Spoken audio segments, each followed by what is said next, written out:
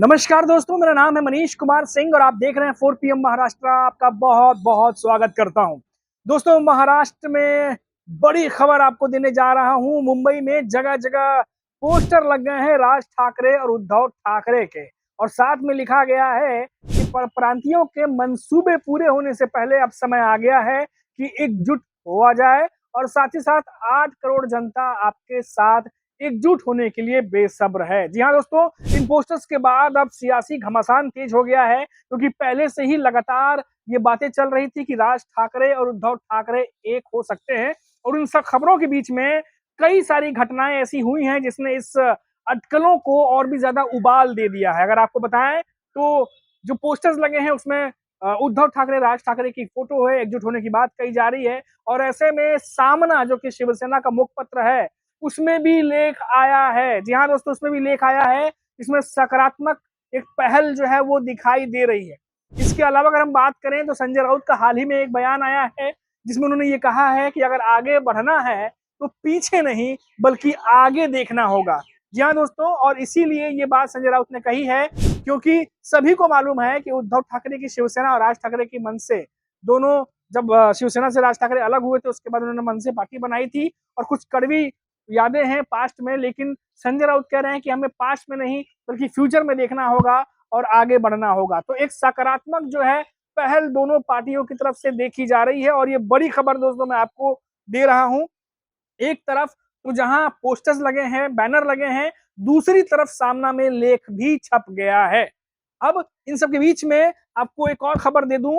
उद्धव ठाकरे जो कि काफी समय से जो है चुप थे इस मामले पर, क्योंकि काफी समय पहले 2-2.5 महीने पहले करीब करीब जब राज ठाकरे ने ये बात कही थी कि हम आपसी मतभेद भुला देंगे महाराष्ट्र के हित की जब बात होगी, और ऐसे में उद्धव ठाकरे भी सकारात्मक बयान उन्होंने दिया था। लेकिन जब वो दोनों नेता जब विदेश चले गए दौरे पर, उसके बाद जब वापस आए, विदेश गए थे, तो वापस आने के बाद ऐसा लगा कि कुछ बड़ी अनाउंसमेंट होगी, कुछ बड़ी बयान आएंगे, लेकिन कुछ भी बयान आया नहीं। काफी समय तक दोनों नेता चुप रहे, न राज ठाकरे ने कुछ बोला मीडिया में, न उद्धव ठाकरे ने कुछ बोला, लेकिन इनके नेता लगातार बयान देते रहे। और अब कल की बात है दोस्तों, उद्धव ठाकरे से इस मामले पर सवाल पूछा गया। उद्धव ठाकरे ने 2 टूक 4-5 शब्दों में साफ साफ कहा है कि मैं खबर जो संदेश नहीं देता हूं, सीधा खबर देता हूं।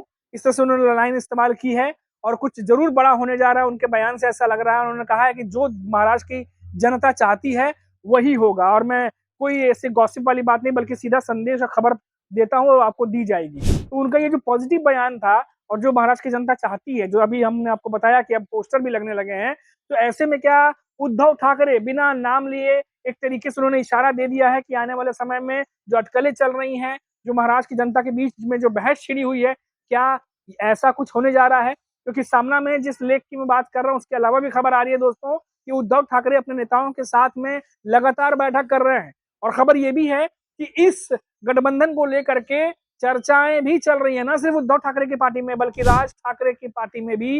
राज ठाकरे अपने नेताओं के साथ में बैठक कर इस पर चर्चा कर रहे हैं।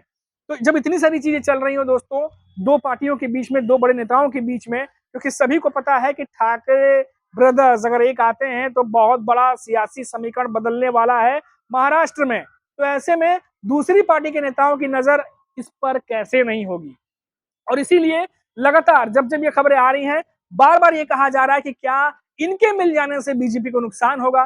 क्या 2019 के बाद से जो कुछ भी पार्टियां टूटी, नेता दल बदल हुए, इधर से उधर हुए, जो एक तरीके से खिचड़ी पक गई सियासत में, जो जहां 2-3 पार्टियां होती थी मेन, वहां अब 6 पार्टियां हो गई, फिर कई पार्टियां टूटी 2 हिस्सों में, आपको पता ही है।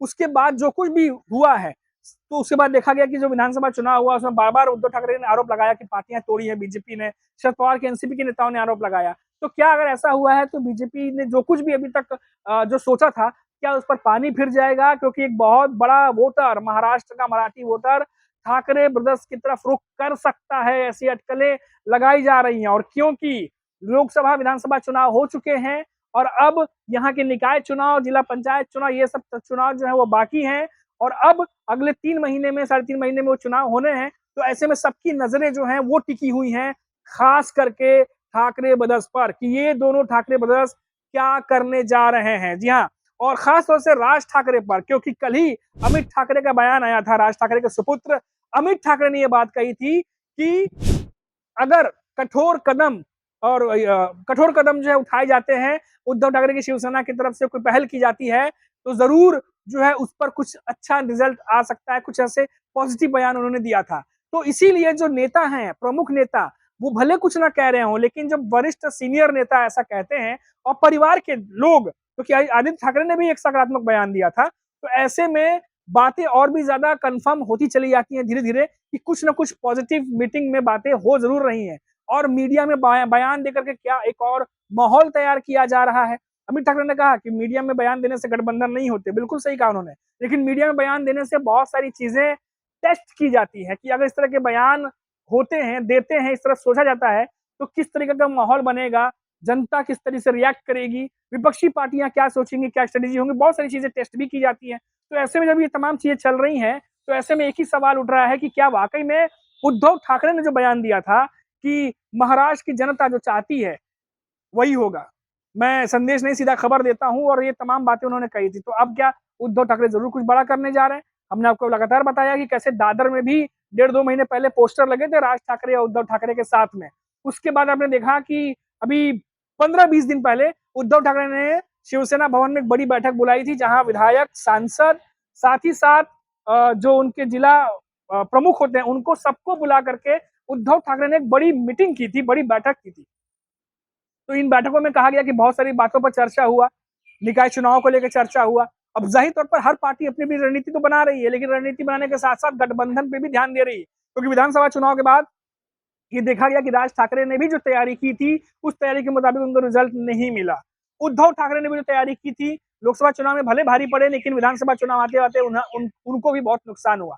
अब ऐसे में दोनों नेता ये सोच रहे हैं कि अगर ठाकरे ब्रदर्स एक हो जाते हैं, तो ऐसे में एक बहुत बड़ा वोटर जो है वो उनकी तरफ शिफ्ट हो सकता है और बहुत चीजें बदल सकती हैं पहले के मुकाबले। तो ये चीजें भी हैं जिसको लेकर के सोचा जा रहा होगा, ज़रूर सोचा जा रहा होगा, जो पार्टी के रणनीतिकार हैं उस पर भी चर्चा कर रहे होंगे। तो ये जो अपडेट थी महाराष्ट्र की बड़ी अपडेट, वो हमने आप तक पहुँचा दी। इसके अलावा जो कुछ भी अपडेट हमारे तक आएगी, हम वो आप तक लगातार पहुँचाते रहेंगे। फिलहाल चैनल को सब्सक्राइब कर दीजिए, वीडियो को लाइक कर दीजिए। सब्सक्राइब करेंगे तो महाराष्ट्र से जो भी बड़ी खबर आएगी, जब हम आपको बताएँगे, वीडियो अपलोड होगा तो आपको नोटिफ़िकेशन मिलती रहेगी। इसीलिए चैनल को सब्सक्राइब ज़रूर कर दीजिएगा। अभी के लिए इतना ही। आप देखते रहिए 4 PM महाराष्ट्र। नमस्कार।